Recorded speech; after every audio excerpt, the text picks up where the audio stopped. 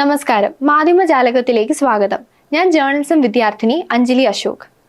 തുല്യതയ്ക്ക് വേണ്ടി മാത്രമുള്ളതല്ല സമരങ്ങൾ, അത് അവകാശത്തിനും കൂടിയുള്ളതാണ്. വിവിധ മേഖലയിൽ നമ്മൾ സമരങ്ങൾ കാണാറുണ്ട്. പക്ഷേ ഇന്ന് നമ്മൾ സമരങ്ങളെക്കുറിച്ചല്ല പറയാൻ പോകുന്നത്.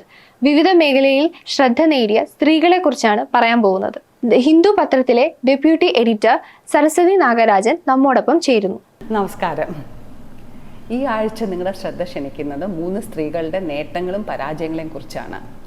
ഇവരുടെ നേട്ടങ്ങളായാലും പരാജയങ്ങളായാലും വളരെയധികം ശ്രദ്ധ ക്ഷണിക്കുകയും മാധ്യമങ്ങളിൽ ധാരാളം ചർച്ചയും തലക്കെട്ടുകളും ഒക്കെ സ്ഥലം നേടിയ ഒരാഴ്ചയായിരുന്നു കഴിഞ്ഞു പോയത്.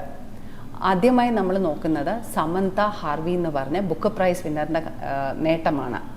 ബ്രിട്ടീഷ് എഴുത്തുകാരി സമന്തയുടെ 139 പേജ് മാത്രമുള്ള ഓർബിറ്റൽ എന്ന് പറഞ്ഞ പുസ്തകത്തിനാണ് ഈ വർഷത്തെ ബുക്കർ നേടിയത്.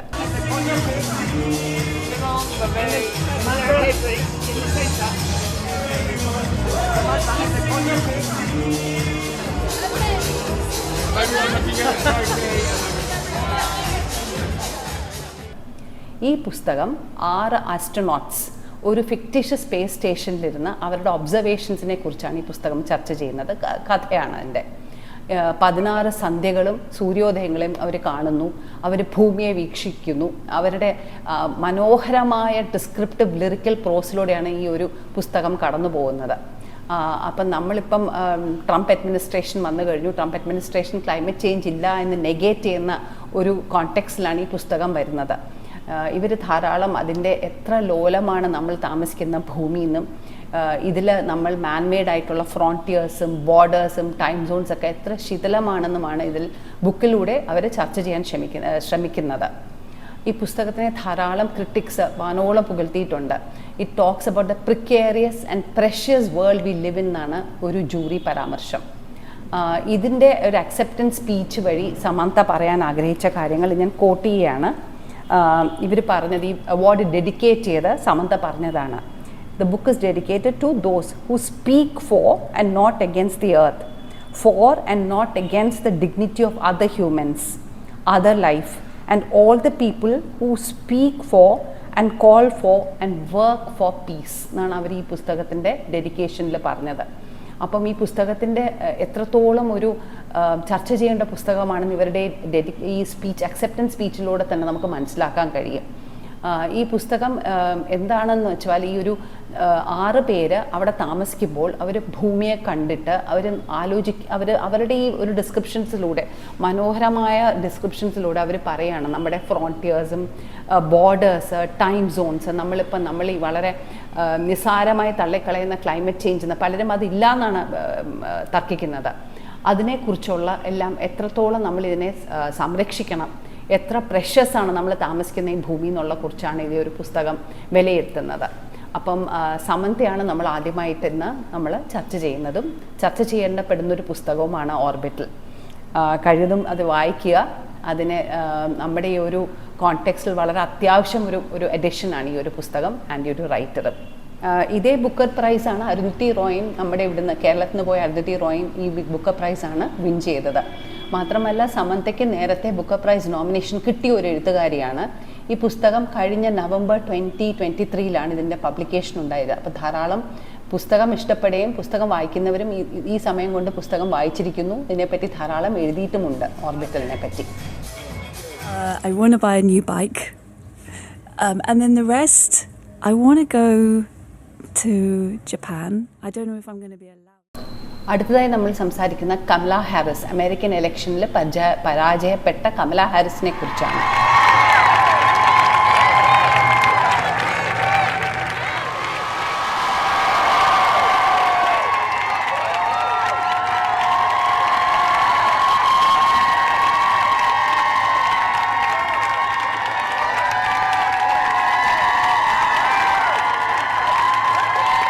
ഇവരുടെ പരാജയം ഒരുപാട് തരത്തിലുള്ള ഡിസ്കഷൻസ് നമ്മുടെ മാധ്യമങ്ങളിൽ നിറഞ്ഞു നിൽക്കുകയാണ്. ആദ്യമായി പറയുന്നത്, ഒരുപാട് പേര് ചർച്ച ചെയ്യുന്നത്, is it the death of wokeism. Wokeism എന്ന് പറഞ്ഞാൽ എന്താണ്? എല്ലാവരും is the death of wokeism കാരണമാണോ കമല ഹാരിസ് ഈ ഇലക്ഷൻ പരാജയപ്പെട്ടത്, അതോ വേറെ റീസൺസ് ഉണ്ടോ? അപ്പോൾ ഇവർ ശരിക്കും പറഞ്ഞ ഒരു ന്യൂയോർക്കറിലൊക്കെ വന്നൊരു ആർട്ടിക്കിൾ, ന്യൂയോർക്ക് ടൈംസിലൊക്കെ വന്ന ആർട്ടിക്കിളിൽ കമല ഹാരിസിൻ്റെ ലെഗസി എന്ന് പറയുന്നത് തന്നെ അവരുടെ പരാജയം കൊണ്ട് ഉയർന്നു വന്ന ഡിസ്കഷൻസ് ആയിരിക്കും അവരുടെ പൊളിറ്റിക്കൽ ലെഗസി എന്നാണ് പറയപ്പെടുന്നത്. അപ്പോൾ വോക്കിസം എന്താണ്? വോക്കിസം എന്ന് പറഞ്ഞ ഒരു ഉണർവാണ്, എല്ലാത്തര വിവേചനങ്ങൾക്കും എതിരായി ജാഗ്രത, അതാണ് വോക്കിസം. അപ്പോൾ പലരും ഇവരുടെ പരാജയത്തെ കാണുന്നത് ചിലപ്പം വോക്കിസം കൂടിയോണ്ടാണോ എന്ന്. ഒട്ടുമല്ല. പക്ഷേ പലതരത്തിലുള്ള ചർച്ചകളുടെ ഇടയിൽ ഇവർ സ്ത്രീ ആയതുകൊണ്ടാണോ, അതോ ഇവരൊരു ബ്ലാക്ക് കളർഡ് സ്ത്രീ ആയതുകൊണ്ടാണോ, അതോ ഇവരുടെ ഇമിഗ്രൻ്റ് പേരൻസിൽ നിന്നും ജനിച്ചവരാണോ, അതുകൊണ്ടാണോ ഇവർ ഇലക്ഷൻ തോറ്റത്? ഇങ്ങനെ പല തരത്തിലുള്ള ഡിസ്കഷൻസിനിടയിൽ വളരെ ഇൻട്രസ്റ്റിംഗ് ആയിട്ടുള്ള ഒബ്സർവേഷൻസ് വന്നിട്ടുണ്ട്. അപ്പോൾ ഇതെല്ലാം ഈ ഒരു പരാജയത്തിൽ നിന്നും വന്ന ഡിസ്കഷൻസാണിത്. അപ്പോൾ ഇതിൽ ഒരു വളരെ ഇമ്പോർട്ടൻറ്റ് റീസൺ പറയുന്നതെന്ന് വെച്ചാൽ, പലർക്കും കമല ഹാരിസിന് വോട്ട് ചെയ്ത പലർക്കും ഡോണ്ട് നോ പീപ്പിൾ ഈ ട്രംപിന് വോട്ട് ചെയ്തത് ആരായിരിക്കും എന്ന് അറിഞ്ഞുകൂടാ. അത്ര ഷാർപ്പ് ഒരു ഡിവൈഡാണ്. അങ്ങനെ ഒരു ഡിവൈഡ് ഒരു രാജ്യത്തിന് നല്ലതാണോ? When you don't even know who the other side is. നമ്മളിലുള്ള ആൾക്കാരെ തന്നെ ആരാണ് വോട്ട് ചെയ്യുന്നത്. അപ്പോൾ ഇത് നമുക്ക് ഇന്ത്യയിലും പല പല രാജ്യങ്ങളിലും ഒക്കെ ഇപ്പം നമുക്ക് കാണാൻ വരുന്ന വളരെ ഷാർപ്പ് പൊളിറ്റിക്കൽ ഡിവൈഡ്സിനെ പറ്റിയുള്ള ചർച്ചകളും ഇത് ക്ഷണിക്കുന്നുണ്ട്. അപ്പോൾ ഈ ചർച്ചയിൽ പറയുന്നത്, നമ്മൾ എന്തുകൊണ്ട് എതിർവശത്ത് നിൽക്കുന്നവരോട് നമ്മൾ ഡയലോഗ്സ് വേണം, ഡിസ്കഷൻസ് വേണം, അവരെ മനസ്സിലാക്കാൻ ശ്രമിക്കണം. എന്തുകൊണ്ടാണ് അവർ എതിർവശത്ത് വോട്ട് ചെയ്യുന്നത്, എന്തുകൊണ്ടാണ് നമ്മൾ പറയുന്ന പോളിസീസ് അവർക്കത് വിശ്വാസ്യത കുറവായതാണോ, അതോ അതിൽ വേറെ വല്ല റീസൺസ് ഉണ്ടോ എന്ന ധാരാളം ഡിസ്കഷൻസ് ഈ ഒരു പരാജയം കൊണ്ട് കമല ഹാരിസിൻ്റെ ഇലക്ഷൻ കാരണം ഉണ്ടായി വരുന്നുണ്ട്. ഇനിയും ഇത് ഡിസ്കസ് ചെയ്യപ്പെടും. എന്തുകൊണ്ടാണ് കമല ഹാരിസിൻ്റെ ഇലക്ഷൻ പ്രോമിസസ് വോട്ടായി തീരാത്തത്? സ്ത്രീകൾ പോലും അവരിൽ നിന്നും അകന്നു നിന്നത് എന്തുകൊണ്ടാണ്? ഇമിഗ്രൻ്റ് വോട്ട്സ് പോലും അവർക്ക് മുഴുവൻ കിട്ടിയിട്ടില്ല. എന്നാൽ ട്രംപിൻ്റെ നമുക്കറിയാം വളരെ ആൻറ്റി ഇമിഗ്രൻ്റ് പോളിസീസാണ് ട്രംപ് പ്രോമിസ് ചെയ്തിരിക്കുന്നത്. എന്തുകൊണ്ടാണ് ഇത്രയും immigrant friendly policy Kamala Harris advocate ചെയ്തെങ്കിലും എന്തുകൊണ്ടാണ് ഇമിഗ്രൻ്റ് വോട്ട്സ് പോലും ഇവർക്ക് കിട്ടാണ്ട് പോയത്? ഇങ്ങനെ പല തരത്തിലുള്ള ഡിസ്കഷൻസാണ് ഈ ഒരു പരാജയം കൊണ്ട് നമ്മൾ ഇത് ഇവോക്ക് ചെയ്തിരിക്കുന്നത്. അപ്പോൾ ഈ ഡിസ്കഷൻസ് ധാരാളം ഇനിയും വരുന്ന കാലങ്ങളിൽ നമുക്ക് കാണാം. ഈ 3-4 വർഷങ്ങളിൽ എന്ന് വെച്ചാൽ ട്രംപ് വളരെ സ്ട്രോങ് പോളിസീസ് എടുക്കുന്ന ഒരു ആളാണ്. അദ്ദേഹത്തിൻ്റെ എന്തൊക്കെയാണ് എൻ്റെ പറഞ്ഞു ആൻറ്റി അബോർഷനിസ്റ്റ് ആണ്, ആൻറ്റി ഇമിഗ്രൻ്റ് ആണ്, ക്ലൈമറ്റ് ചേഞ്ച് നെഗേറ്റർ ആണ്. അപ്പോൾ ഇതൊക്കെ എങ്ങനെയാണ് ഇനി നമ്മളെ ഇമ്പാക്റ്റ് ചെയ്യുന്നത് നമുക്ക് വരുന്ന 4 വർഷങ്ങളിൽ നമുക്ക് കാണാൻ കഴിയും. അപ്പോൾ കമല ഹാരിസിൻ്റെ പരാജയം എന്ന് പറയുന്നത് വളരെ ചർച്ച ചെയ്യപ്പെടേണ്ടത് തന്നെയാണ്. അത് ഇനിയും വരുന്ന രാജ്യങ്ങളിൽ ഇത്രയും ഷാർപ്പ് പൊളിറ്റിക്കൽ ഡിവൈഡ്സ് വരുന്ന ഇലക്ഷൻസ് വരുമ്പോഴൊക്കെ ഈ ഒരു കാര്യങ്ങൾ പഠിക്കുന്നതും എന്തുകൊണ്ടാണെന്നുള്ള ഡിസ്കസ് ചെയ്യുന്നതും നന്നായിരിക്കും എന്ന് തോന്നുന്നു.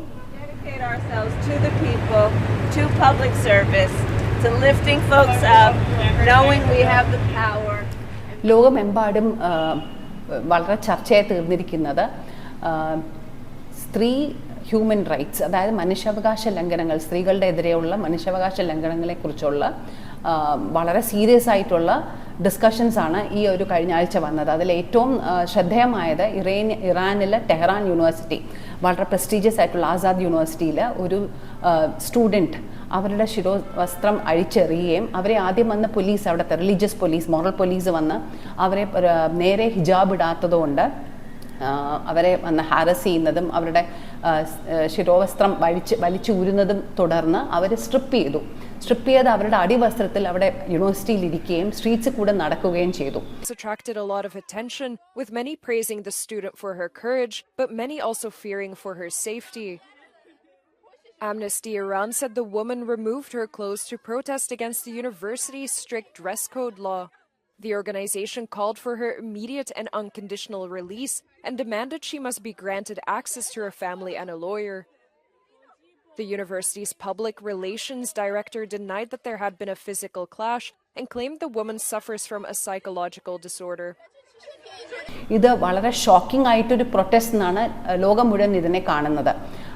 അപ്പോൾ പക്ഷേ ഇവരെ പിന്നെ ലാസ്റ്റിൽ കണ്ടത് ഇവരെ വളരെ ബ്രൂട്ടലായിട്ട് പോലീസ് ഒരു കാറിനകത്ത് അടിച്ചിട്ട് കയറ്റിക്കൊണ്ട് പോകുന്നതാണ്. പിന്നെ എന്താണെന്ന് അറിഞ്ഞിട്ടില്ല, അവരെ പിന്നെ ലോകം കണ്ടിട്ടുമില്ല. അവിടുന്ന് ടെഹ്റാനിൽ വന്ന വാർത്ത എന്ന് പറഞ്ഞാൽ ഇവർക്ക് മനോരോഗിയാണ്, അതുകൊണ്ടാണ് ഇവരിങ്ങനെ പ്രൊട്ടസ്റ്റ് അല്ല ഇങ്ങനെ ബിഹേവ് ചെയ്തതെന്നാണ് അവർ പറയുന്നത്. പക്ഷേ ഇത് നമ്മൾ വേറെ പഴയ അവിടുത്തെ ഇൻസിഡൻസ് വെച്ച് നമ്മൾ ആ കോണ്ടെക്സ്റ്റിൽ വായിച്ചു നോക്കുമ്പോൾ ഇതൊരു ഒരു പല പ്രൊട്ടസ്റ്റിൻ്റെ തുടർച്ചയായിട്ടേ നമുക്ക് കാണാൻ പറ്റുള്ളൂ. നമുക്ക് ഓർമ്മയുണ്ടല്ലോ മഹസ അമിനി എന്ന് പറഞ്ഞ കുർദിഷ് സ്റ്റുഡൻറ്റ് 2022 വളരെ ഭീകരമായി അവരെ അസോൾട്ട് ചെയ്ത് അവർ ടെഹ്റാനിൽ അവരുടെ ബ്രദറിൻ്റെ കാണാൻ വന്നതാണ്. അവരെ അവിടെ ഒരു ട്രെയിൻ സ്റ്റേഷനിൽ നിന്നും ഈ മൊറാലിറ്റി പോലീസ് അറസ്റ്റ് ചെയ്യുകയും അതിനെ തുടർന്ന് വിത്തിൻ 2 hours അവർ മരിച്ചു എന്നുള്ള വാർത്തയാണ് പിന്നെ അവരുടെ പേരൻസിന് കിട്ടുന്നത്. ആ വയലൻറ്റ് പ്രൊട്ടസ്റ്റ് വിച്ച് ഫോളോഡ് ഇവരുടെ മരണം വളരെ ബ്രൂട്ടലായിട്ട് അടിച്ചമർത്തപ്പെട്ടു. ഏകദേശം 500 പേരിൽ കൂടുതൽ മരിച്ചു ആ ഒരു സപ്രഷനിൽ.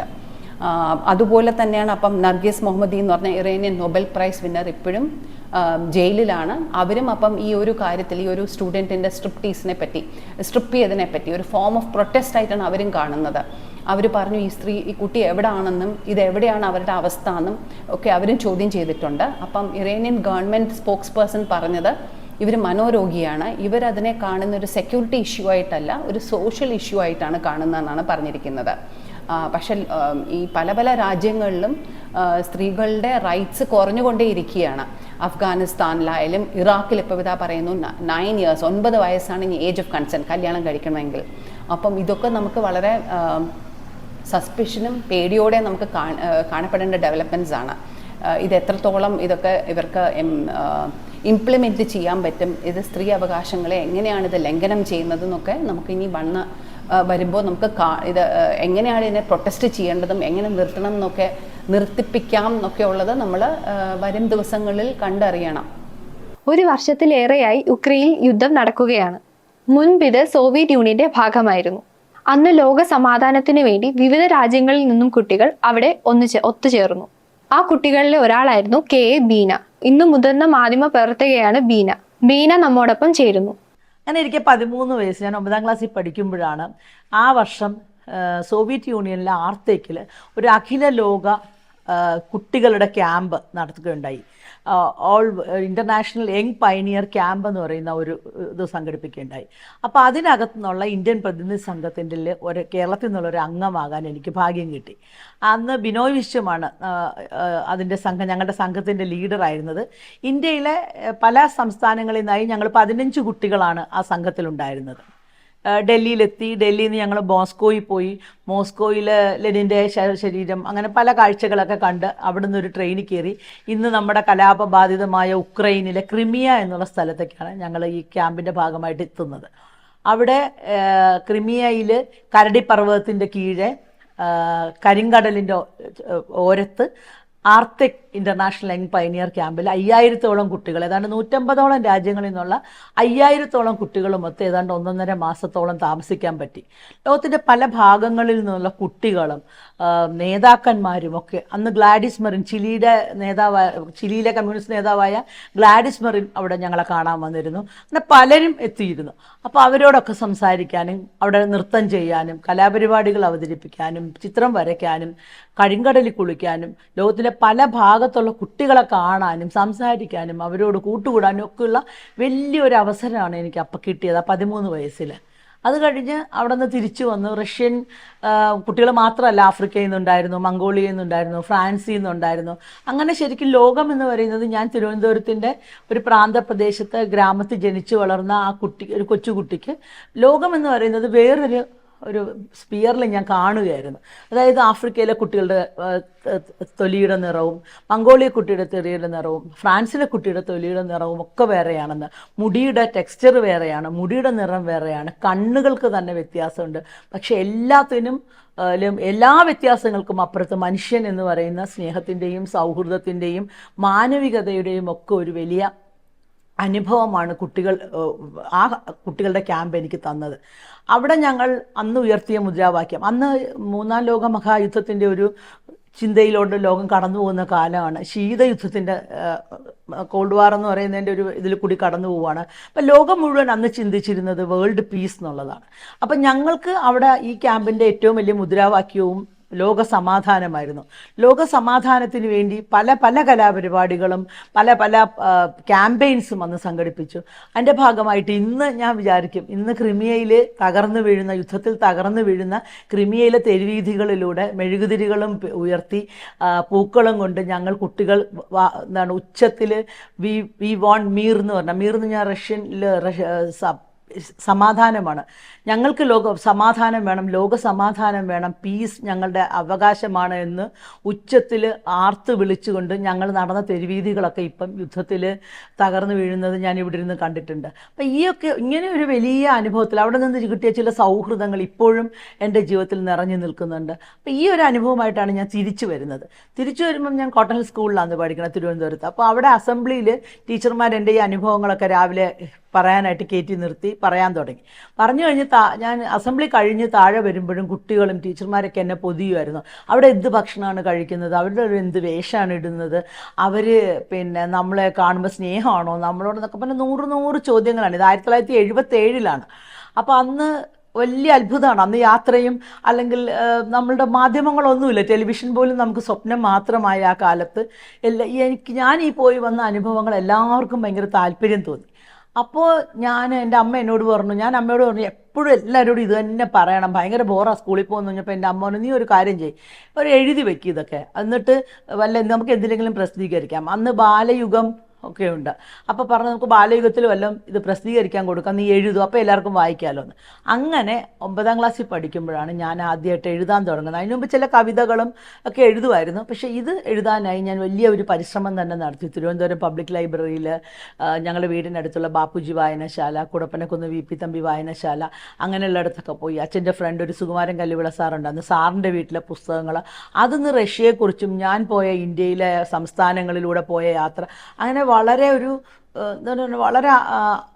തീവ്രമായ ഒരു പഠനം തന്നെ അക്കാലത്ത്. ഇന്നത്തെ പോലെ ഇൻ്റർനെറ്റ് ഒന്നുമില്ല. അപ്പോൾ ഈ പുസ്തകങ്ങളിൽ കൂടി കടന്നുപോയി അതിൻ്റെ നോട്ടെടുത്ത് എഴുതി വെച്ച് ഞാൻ എഴുതാൻ തുടങ്ങി. എഴുതുന്ന വെച്ചാൽ ഞാൻ 9ാം ക്ലാസ്സിൽ പഠിക്കുന്നതുകൊണ്ട് എനിക്ക് പഠിക്കാനൊക്കെ ഒരുപാടുണ്ടായിരുന്നു. ആദ്യത്തെ 2 മാസം ക്ലാസ് മിസ് ചെയ്തു. അപ്പോൾ അത് കാരണം സ്കൂൾ വിട്ടു വന്നാൽ ഒരു 9 മണി വരെയൊക്കെ സ്കൂളിൽ പഠിച്ചിട്ട് പിന്നെ രാത്രി 12-1 മണി വരെയൊക്കെ ഇരുന്നിട്ടാണ് ഇത് എഴുതുന്നത്, പുസ്തകം എഴുതാനുള്ള കാര്യങ്ങൾ ചെയ്യുന്നത്. 9ാം ക്ലാസ്സിൽ 10ാം ക്ലാസ്സിലെ അവധിയുടെ ആ കാലഘട്ടത്തിൽ. എൻ്റെ വീടൊരു നാട്ടിൻപുറത്താണെങ്കിലും ഞാൻ ചെയ്യുന്നത് എന്തോ വലിയൊരു കാര്യമാണ്, ഈ കൊച്ചു പുസ്തകം എഴുതുക എന്നൊക്കെ പറഞ്ഞപ്പോഴേക്കും എൻ്റെ വീട്ടുകാരെല്ലാവരും എൻ്റെ കൂടെ നിന്നു. അപ്പോൾ എൻ്റെ വീട്ടിൽ ഇരിക്കാനൊന്നും അങ്ങനെ പണ്ടൊക്കെ വലിയ മുറികളൊന്നും അല്ലല്ലോ വീടുകളിൽ. അപ്പോൾ അവരവിടെ ഒരു സ്റ്റോർ റൂമും പത്തായം ഇട്ടിരുന്ന ഒരു മുറി ഉണ്ടായിരുന്നു. എൻ്റെ അമ്മ ആ പത്തായത്തിനെയൊക്കെ പുറത്തിറക്കി ആ സ്റ്റോർ റൂമിനെ എനിക്ക് എഴുതാനായിട്ടുള്ള ഒരു മേശയും ഒരു കസേരയൊക്കെ തന്നു, എന്നിട്ടൊരു ലൈറ്റ് വിട്ട് വന്നു. എൻ്റെ അമ്മാവനും ഹരിമാമനും എൻ്റെ കുഞ്ഞമ്മയൊക്കെ ഇതെന്ന് വെച്ചാൽ ഞാൻ ഒറ്റയ്ക്ക് രാത്രി പേടിയാവുമെന്ന് വെച്ചിട്ട് അവരെനിക്ക് കൂട്ടിരിക്കാൻ തുടങ്ങി, മാറി മാറി ഓരോ ദിവസവും മാറി മാറി. അങ്ങനെ ഏതാണ്ട് ഒരു 4-5 മാസത്തോളം ഞാൻ ഈ രാത്രി 1 മണി വരെയൊക്കെ ഇരുന്ന് ആണ് ഈ പുസ്തകം ഇത് എഴുതുന്നത്. എഴുതി കഴിഞ്ഞ് അമ്മയെ കൊണ്ട് കാണിച്ചപ്പോൾ അമ്മ പറഞ്ഞു, ഇത് ബാലയുഗത്തിൽ എങ്ങനെയാണ് കൊടുക്കുന്നത്, ഇതൊരു വലിയ പുസ്തകമായി പോയില്ലേ, നീ എഴുതി എത്രമാത്രം എഴുതി പിടിപ്പിച്ചിരിക്കുന്നത്, ഇത് പിന്നെ ഒന്നും കൊടുക്കാൻ പറ്റില്ല. അപ്പോൾ എനിക്ക് ഭയങ്കര സങ്കടമായി, ഞാൻ ഇത്രയും കഷ്ടപ്പെട്ടാലേ എന്തെങ്കിലും ചെയ്യണമല്ലോ എന്ന്. അപ്പം ഞങ്ങളുടെ വീട്ടിൽ ഈ മാതൃഭൂമി വീക്കിലി വരുത്തുന്നുണ്ട്. അമ്മ പറഞ്ഞു നമുക്കിതിന് അയച്ചു നോക്കാമെന്ന് പറഞ്ഞ് മാതൃഭൂമിയിലെ പത്രാധിപർ എന്ന് പറയുന്ന അഡ്രസ്സ് എടുത്തിട്ട് അമ്മ അത് പോസ്റ്റ് ചെയ്ത് കൊടുത്തു മാതൃഭൂമിക്ക്. അപ്പോൾ അത് എനിക്ക് തോന്നുന്നു ഏതാണ്ട് ഒരു ഏപ്രിലൊക്കെ ആയിരിക്കും പോസ്റ്റ് ചെയ്തത്. പക്ഷെ മെയ് 5-ാം തീയതി എനിക്കൊരു കത്ത് കിട്ടി. അത് MT വാസുദേവൻ നായർന്ന് ഒപ്പിട്ട, മാതൃഭൂമി പത്രാധിപർ MT വാസുദേവൻ നായർന്ന് ഒപ്പിട്ട, ഇത് പ്രസിദ്ധീകരിക്കാൻ മാതൃഭൂമി വാരികയിൽ ഫോട്ടോസ് അയക്കും, അപ്പോഴാണ് ഇത് നന്നാവുന്നത് എന്നൊക്കെ പറഞ്ഞ് വളരെ ഒരു കൊച്ചുകുട്ടിക്ക് എഴുതുന്ന പോലെ തന്നെ എന്നാൽ വളരെ ആധികാരികമായ ഇത് വെച്ചിട്ടുള്ള ഒരു കത്ത് MTയുടെ കയ്യിൽ നിന്ന് എനിക്ക് കിട്ടുകയുണ്ടായി. എനിക്ക് ഭയങ്കര സന്തോഷമായിരുന്നു ശരിക്കും. അതെന്നിട്ട് തുടങ്ങുന്നത് ജൂണിലാണ്. അതെനിക്ക് ആ ലക്കം നല്ല ഓർമ്മയുണ്ട്. P. കുഞ്ഞിരാമൻ നായർ മരിച്ച ലക്കമാണ് അതിൻ്റെ വിവരമുള്ള, അദ്ദേഹത്തിൻ്റെ പടമാണ് അതിൻ്റെ തുടക്കം. ഞാൻ ക്ലാസ്സിൽ ചെല്ലുമ്പോൾ എൻ്റെ കോട്ടൺ ഹില്ലിലെ 10ാം ക്ലാസ്സിലെ എൻ്റെ കൂട്ടുകാരി സംഗീത അവളുടെ വീട്ടിൽ വന്ന മാതൃഭൂമിയായിട്ടാണ് വരുന്നത് സ്കൂളിൽ. നിൻ്റെ ഫോട്ടോ ഉണ്ട്, എൻ്റെയും വിനോദത്തിൻ്റെയും ഫോട്ടോ ഉണ്ടായിരുന്നു അതിനകത്ത്. എന്നിട്ട് MT പറഞ്ഞിട്ടുമുണ്ട്, വളരെ അതിനകത്തൊരു ചെറിയൊരു ബ്രീഫ് MTയുടെ വക കൊടുത്തിട്ടുണ്ടായിരുന്നു, ഇത് ഒരു ഇൻട്രഡക്ഷൻ പോലെ. ഇങ്ങനെ സ്ഥിതിവിവര കണക്കുകളൊന്നും ഇല്ലാത്തൊരു യാത്രാവിവരണം എന്നൊക്കെ പറഞ്ഞ് നല്ലൊരു ഇൻട്രൊഡക്ഷനോട് കൂടിയാണ് വന്നത്. ഇനി വാക്കിലെ ശരിയും തെറ്റുമായി SD പ്രിൻസ് നമ്മോടൊപ്പം ചേരുന്നു. അമേരിക്കയിലെ പ്രസിഡന്റ് തിരഞ്ഞെടുപ്പ് ലോകമെമ്പാടും വലിയ വാർത്തയാണ്. അതിന് പല കാരണങ്ങളുണ്ട്. അമേരിക്ക പോലൊരു വൻ ശക്തിയുടെ സൈനികവും സാമ്പത്തികവും എന്തിന് സാംസ്കാരികമായ നയം പോലും ചെറുതായൊന്ന് മാറിയാൽ അത് ലോകമെമ്പാടുമുള്ള പല രാജ്യങ്ങളെയും ബാധിക്കുമെന്ന ധാരണ പലർക്കുമുണ്ട്. കുറേ വർഷങ്ങളായി അമേരിക്കൻ പ്രസിഡന്റ് തിരഞ്ഞെടുപ്പ് നേരിൽ കാണാനായി അവർ ലോകമെമ്പാടും നിന്ന് മാധ്യമപ്രവർത്തകരെ ക്ഷണിച്ചുകൊണ്ട് വരാറുണ്ടായിരുന്നു. എന്നിട്ട് ഈ തിരഞ്ഞെടുപ്പിൻ്റെ സകല നടപടിക്രമവും അവരെ കാണിച്ചു കൊടുക്കുന്നതും അവരുടെ പതിവാണ്. ഇതെല്ലാം കൊണ്ടാണ് ലോകമെമ്പാടും അമേരിക്കൻ പ്രസിഡന്റിൻ്റെ തിരഞ്ഞെടുപ്പ് വലിയ വാർത്തയായി തന്നെ വരുന്നത്. ലോകത്ത് നടക്കുന്ന ഏത് വലിയ സംഭവത്തെയും അങ്ങേയറ്റം സൂക്ഷ്മതയോടെ വീക്ഷിക്കുന്ന സ്വഭാവം മലയാള പത്രങ്ങൾക്കുണ്ട്. അതുകൊണ്ട് തന്നെ അമേരിക്കൻ പ്രസിഡന്റിൻ്റെ തിരഞ്ഞെടുപ്പ് മലയാളത്തിലും വമ്പൻ വാർത്ത തന്നെയായിരുന്നു. വലിയ വാർത്തയായിരുന്നു എന്ന് മാത്രമല്ല, ഈ വലിയ വാർത്തയെ അത്യന്തം രസകരമായ രീതിയിൽ അവതരിപ്പിക്കാനുള്ള കടുത്ത മത്സരവും നമ്മുടെ പത്രങ്ങളിൽ കാണാനുണ്ടായിരുന്നു. നാടൻ ഭാഷയിൽ പറഞ്ഞാൽ മലയാള പത്രങ്ങളിൽ അമേരിക്കൻ പ്രസിഡന്റ് തിരഞ്ഞെടുപ്പ് സൃഷ്ടിച്ചത് വലിയ ഓളം തന്നെയായിരുന്നു. ഡൊണാൾഡ് ട്രംപിൻ്റെ വിജയത്തെ ചരിത്ര വിജയമെന്ന് വിശേഷിപ്പിച്ച് ഒരു പത്രത്തിൽ കണ്ട ശീർഷകം ട്രംപ് ഓളം എന്നായിരുന്നു. അതായത് ട്രംപ് ഉണ്ടാക്കിയ വല്ലാത്തൊരു ഓളം എന്ന മട്ടിൽ. ജയിച്ചത് ട്രംപിസം എന്ന് ഒരു പത്രം എഴുതിയിരുന്നു. ട്രംപിസത്തിൻ്റെ വിജയഹാസം എന്ന് അതേ പത്രം മുഖപ്രസംഗവും എഴുതിയിരുന്നു. അമേരിക്ക ട്രംപിൻ്റെ വഴി എന്നായിരുന്നു ഒരു പത്രം എഴുതിയിരുന്നത്. രസകരമെന്ന് പറയട്ടെ, ഈ ശീർഷകങ്ങളിലൊക്കെ കണ്ടത് ട്രംപ് എന്ന പേര് കൊണ്ടുള്ള ചില കളികളാണ്. ട്രംപ് എന്ന പേരിൻ്റെ സവിശേഷത വെച്ച് പലരും ശീർഷകങ്ങൾ ഉണ്ടാക്കിയിരുന്നു. ട്രംപ് എന്ന ഇംഗ്ലീഷ് വാക്കിൻ്റെ അർത്ഥം എടുത്ത് പ്രയോഗിച്ചും പല ശീർഷകങ്ങൾ കണ്ടിരുന്നു. ഒരിടത്ത് ട്രംപൻ ജയം എന്നെഴുതിയിരുന്നു. വമ്പൻ ജയം എന്നൊക്കെ പറയും പോലെ ട്രംപൻ ജയം. ഒരു പത്രം ട്രംപ് കാർഡ് എന്നാണ് എഴുതിയിരുന്നത്. ഈ ട്രംപ് കാർഡ് എന്ന് പറഞ്ഞാൽ തുറുപ്പ് ചീട്ട് എന്നർത്ഥം. ഈ ശീർഷകം എഴുതിയ പത്രത്തിൽ ഓപ്പറേഷൻ കമല പാളി എന്നുകൂടി ചേർത്തിരുന്നു. അതായത് എതിർ സ്ഥാനാർത്ഥിയായ കമല ഹാരിസിനെ ഉദ്ദേശിച്ചാണ് ആ ശീർഷകം. ഇന്ത്യൻ വംശജ ആയിരുന്നു കമല എന്നത് ഈ തിരഞ്ഞെടുപ്പിൽ ഒരു സവിശേഷത കൂടിയായിരുന്നു. ഈ ട്രംപ് എന്ന വാക്കിന് പല അർത്ഥങ്ങളുണ്ട്. ഇംഗ്ലീഷിലെ ട്രംപറ്റ് എന്ന് പറയും പോലെ ഈ ട്രംപിനും കാഹളം എന്ന അർത്ഥമുണ്ട്. ട്രംപ് എന്ന ക്രിയാപദത്തിന് അതിജീവിക്കുക എന്നൊരു അർത്ഥം കൂടിയുണ്ട്. ഇതിനേക്കാൾ രസകരമായ മറ്റൊരർത്ഥം കൂടി ട്രംപിനുണ്ട്. വിശ്വസിക്കാവുന്ന യോഗ്യൻ എന്നൊരർത്ഥം. എ ക്രെഡിബിൾ പേഴ്സൺ എന്നാണ് നിഘണ്ടു നൽകുന്ന അർത്ഥം. ഇതിൻ്റെ കൂട്ടത്തിലൊന്ന് പറയട്ടെ, ട്രംപ് കാർഡെന്ന് ഒരു പത്രത്തിൽ അമേരിക്കൻ പ്രസിഡന്റ് വിജയത്തെക്കുറിച്ച് എഴുതിയപ്പോൾ അതേ ദിവസം ഇവിടുത്തെ ഒരു സ്പോർട്സ് മീറ്റിനെ കുറിച്ച് ഒരു പത്രം എഴുതിയിരുന്നു, ട്രാക്കിൽ ട്രംപ് കാർഡ് എന്ന്. ട്രംപിൻ്റെ വിജയം ഒരു ചരിത്ര സംഭവം തന്നെ എന്ന് പറയാനാണ് ഒരു മലയാള പത്രം ശ്രമിച്ചത്. അതിനായി അവർ കണ്ടെത്തിയത് വളരെ രസകരമായ ഒരു ശീർഷകമായിരുന്നു, ട്രംഭവം. അതായത് ട്രംപ് എന്ന സംഭവത്തെ ട്രംഭവം എന്നാണ് അവർ അവതരിപ്പിച്ചത്. ശീർഷകങ്ങൾ ചമയ്ക്കുമ്പോൾ ട്രംപ് എന്ന പേരിനാണ് മലയാള പത്രങ്ങൾ പ്രാധാന്യം കൊടുത്തതെങ്കിൽ ഇംഗ്ലീഷ് പത്രങ്ങൾ ഡൊണാൾഡിലേക്കാണ് തിരിഞ്ഞത്. ഡൊണാൾഡിൻ്റെ ചെറിയ രൂപമായ ഡോൺ എന്ന പദം ഉപയോഗിക്കാനാണ് പലരും നോക്കിയത്. അതുകൊണ്ടാണല്ലോ ഒരു പത്രം എഴുതിയിരുന്നത്, Don is America's most wanted. അതിൽ പല അർത്ഥങ്ങളുണ്ട്. ഡോൺ എന്നതിന് സംഘത്തലവൻ എന്നൊരർത്ഥവുമുണ്ട്. മോസ്റ്റ് വാണ്ടഡ് എന്നൊക്കെ പറയുന്നത് പിടികിട്ടാപ്പുള്ളികളെക്കുറിച്ച് പറയുമ്പോൾ ഉപയോഗിക്കുന്ന ഒരു പ്രയോഗമാണ്. പക്ഷേ മോസ്റ്റ് വാണ്ടഡ് എന്നതിന് വേണമെങ്കിൽ മച്ച് സോട്ട് ആഫ്റ്റർ, അല്ലെങ്കിൽ എല്ലാവരും കാക്ഷിക്കുന്ന ആൾ എന്നുകൂടി നമുക്ക് അർത്ഥമാക്കാവുന്നതാണ്. Don power again in US എന്നായിരുന്നു മറ്റൊരു ഇംഗ്ലീഷ് പത്രം എഴുതിയിരുന്നത്. ഈ ശീർഷകത്തിൽ ട്രംപിൻ്റെ ജീവിതത്തിൽ സംഭവിച്ച പല കാര്യങ്ങളെക്കുറിച്ച് പറയുന്നുണ്ട്. Impeached, arrested, convicted, shot at, elected എന്നാണ്. അതായത് ഇംപീച്ച് ചെയ്യപ്പെട്ടു, അറസ്റ്റ് ചെയ്യപ്പെട്ടു, ശിക്ഷിക്കപ്പെട്ടു, ഒരാൾ വെടിവെച്ചു, ഒടുവിൽ തിരഞ്ഞെടുപ്പിൽ ജയിച്ചു എന്നുള്ള ഒരു കഥ പറയും പോലെ ഒറ്റ ശീർഷകത്തിൽ പല സംഭവങ്ങളെ ചേർത്തുകൊണ്ടുള്ള ഒരു അഭ്യാസമായിരുന്നു അത്. രസകരമായ കാര്യം തന്നെ. മലയാള പത്രങ്ങൾ ട്രംപിൻ്റെ പേരെഴുതുമ്പോൾ ചിലരൊക്കെ ഡൊണാൾഡ് ട്രംപ് എന്നെഴുതും. ഒന്ന് രണ്ട് പത്രങ്ങൾ മാത്രം ഡൊണാൾഡ് ട്രംപ് എന്നെഴുതും. ഡൊണാൾഡ് എന്നത് തെറ്റാണ്, ഡൊണാൾഡാണ് ശരിയായ ഉച്ചാരണം. ട്രംപിൻ്റെ വിജയത്തെക്കുറിച്ചുള്ള രസകരങ്ങളായ കുറേ ശീർഷകങ്ങൾ നമ്മൾ കണ്ടിരുന്നു. എങ്കിലും ഓർമ്മയിൽ വരുന്നത് ട്രംപിന് വെടിയേറ്റപ്പോൾ, ആ വധശ്രമത്തിൽ നിന്ന് അദ്ദേഹം രക്ഷപ്പെട്ടപ്പോൾ ഒരു പത്രം എഴുതിയിരുന്ന ഒരു ശീർഷകമാണ്, ഡൊണാൾഡ് ട്രംപ്സ് ഡെത്ത് എന്നാണ്. അതായത് ഡൊണാൾഡ് മരണത്തെ അതിജീവിച്ചു എന്ന്. ഇപ്പോൾ വീണ്ടും അമേരിക്കയുടെ പ്രസിഡൻ്റായി ഡൊണാൾഡ് ട്രംപ് വന്നപ്പോൾ ഒരു കാര്യം നമുക്ക് ഉറപ്പാണ്, മാധ്യമങ്ങളിൽ ട്രംപുമായി ബന്ധപ്പെട്ട ഒരുപാട് നല്ല ശീർഷകങ്ങൾ നാം ഇനി കാണാനിരിക്കുന്നതേ ഉള്ളൂ.